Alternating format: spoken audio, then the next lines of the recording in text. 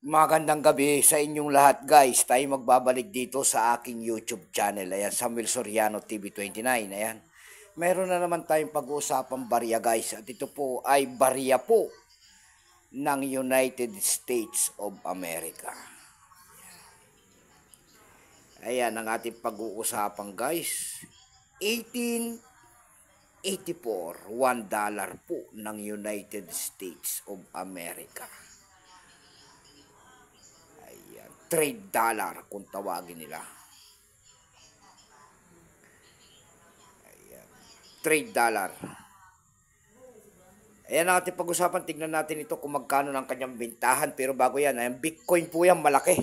Malaki yan guys. Ayan. Malaking coins. Pero bago yan tayo magpapasalamat muna sa lahat ng masugid na tagapagsubaybay dito sa aking YouTube channel. Lalo-lalo na ang aking mga subscriber dyan. Thank you so much sa inyong lahat at magandang gabi po. Maraming salamat din po sa mga nanonood dyan sa aking FB page. Lahat po na nakapalo sa aking FB page. Thank you so much sa inyong lahat. Mabuhay po kayo and God bless.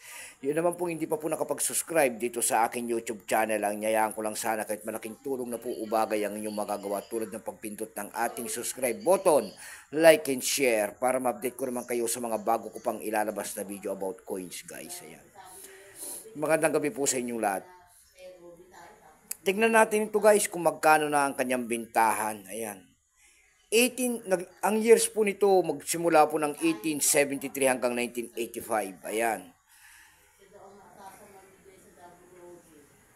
Ito pong year 1884 po, ito po ay 1% lamang guys. Ayan, wala ring appraisal price kung tawagin nila. Wala pong price yan to sa ating mga numista. Hindi nila binigyan ng presyo. Ayan. Kung ano materyales ang ginamit sa barya na yan, yan po ay silver. Ayan, may bigat lamang itong 27.22 grams. May haba naman 38.1 mm. Orientation ng coin alignment yan. Itinigil naman ang paggamit sa barya na yan ng United States of America noong January 22, 1876. Ayan. Number N-16466. Reference number KM-108. Ayan. Dako tayo sa kanyang price guys. Ayan, doon sa ating ebay.com. Ayan, tingin-tingin tayo ng presyo niyan guys. Sa ebay.com guys, meron na tayo nakita nagbebenta guys nito ng $30.81. Ayan, kasi silver ang mga ganyan. Meron naman tayo nakita na nagbebenta nito ng $40. Ayan, ganyang katindi.